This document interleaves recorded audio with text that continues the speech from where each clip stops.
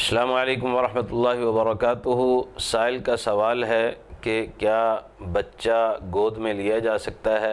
مراد یہ کہ بچہ کسی کا ہو اور کوئی اسے پالنے کے لیے بے اولاد شخص اپنے پاس رکھ لے، کیا شرعاً اس کی اجازت ہے؟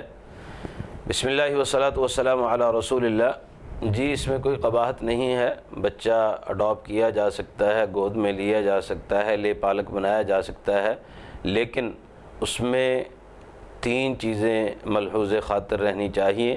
پہلی بات تو یہ ہے کہ بچے کی ولدیت تبدیل نہیں ہوگی، جو اس کا اصل والد ہے ولدیت کے خانے میں اسی کا نام لکھا جائے گا۔ قطعاً کسی طور پر شریعت ولدیت تبدیل کرنے کی اجازت نہیں دیتی۔ قرآن کریم میں اللہ رب العزت والجلال نے ارشاد فرمایا کہ ادعوہم لآبائہم هو اقسط عند اللہ فإن لم تعلموا آباءکم فإخوانکم فی الدین۔ حتیٰ کہ وہ بچے جن کے والدین کے بارے میں علم نہیں ہے، جو حادثات میں یا قدرتی آفات میں جن کا پتہ نہیں ہوتا کہ ان کے حقیقی والدین کون ہیں، ان کے بارے میں بھی شریعت نے اجازت نہیں دی کہ ان کے ولدیت کے خانے میں انسان جو اس کو لے کر پال رہا ہے، جو اس کی پرورش کر رہا ہے، وہ اپنی ولدیت ظاہر کرے۔ تو پہلی بات یہ ہے کہ ولدیت کے اندر تبدیلی نہیں ہونی چاہیے، باپ کا نام وہی لکھا جائے گا جو اس کا حقیقی باپ ہے۔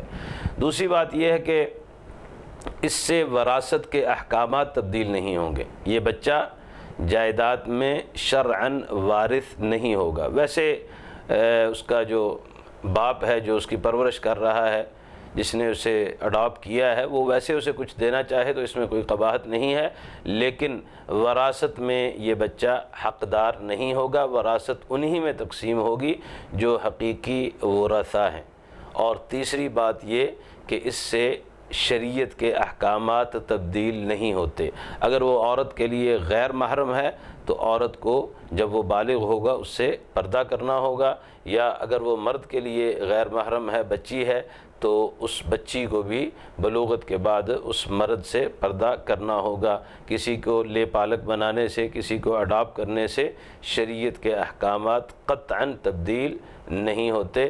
وراثت کے احکامات، پردے کے احکامات اور ولدیت کے خانے میں ولدیت لکھنا، ان تینوں چیزوں کا خیال رکھا جائے، اہتمام کیا جائے تو اس میں کوئی قباحت نہیں ہے۔ اور کوشش کرنی چاہیے کہ ایسا بچہ یا بچی اڈاپٹ کریں، اسے گود میں لیں جس پر پردے کے احکامات کی وجہ سے کوئی مسئلہ پیدا نہ ہو، یعنی وہ عورت کے لیے بھی محرم ہو اور مرد کے لیے بھی محرم ہو۔